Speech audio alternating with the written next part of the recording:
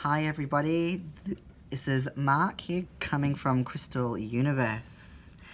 Today's crystal tutorial is Mookaite and Prehnite, the Australian stones.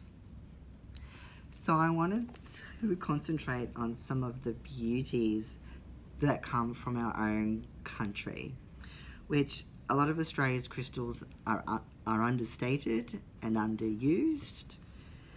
And because we live here, we are able to connect into these, and they are able to help us be here in this country easier and bring a connection to the land, which is something we have been pulled away from in our lives quite often, especially if we have moved from other countries, even interstate, and even moving homes.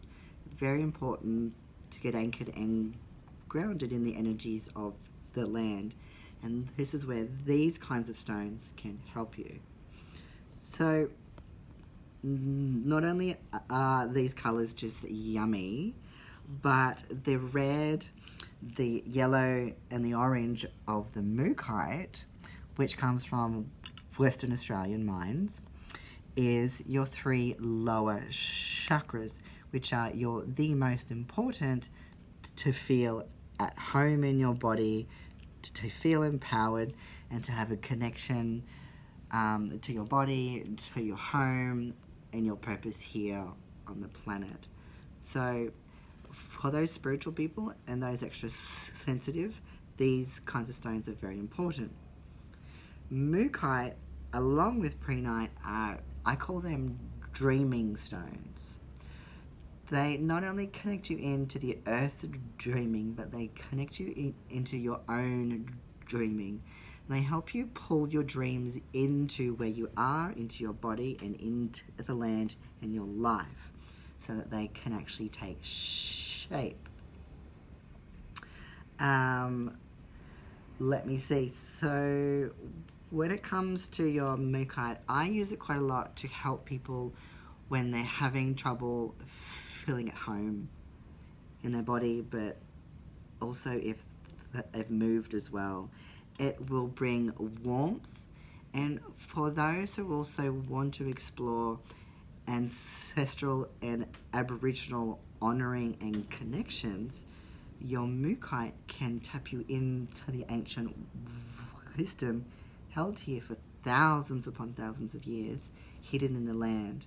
Mookaite can help you tap in to that.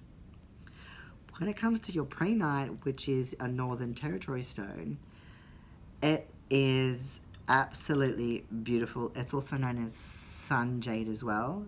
Depending upon, it comes as a beautiful light green right through to this acid wash bright green as well. So your Prehnite is obviously a heartstone. Yet what it does is that it dissolves anger from your heart specifically. Now, everything I tell you is from my experience of me playing with stones over years, of what they have shown me. They will show you similar things through play, okay? So your Prehnite, what it actually told me specifically about an hour ago, and I wrote it down, so I have to read it, but specifically it told me, I will open the unconscious aspects of the heart like a hidden flower blooming in the dark of night. How beautiful is that?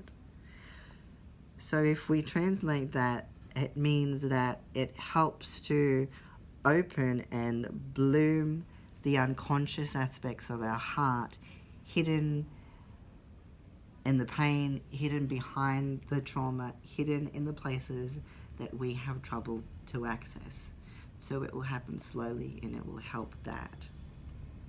So I think we really need to explore more of our stones and crystals from our own country.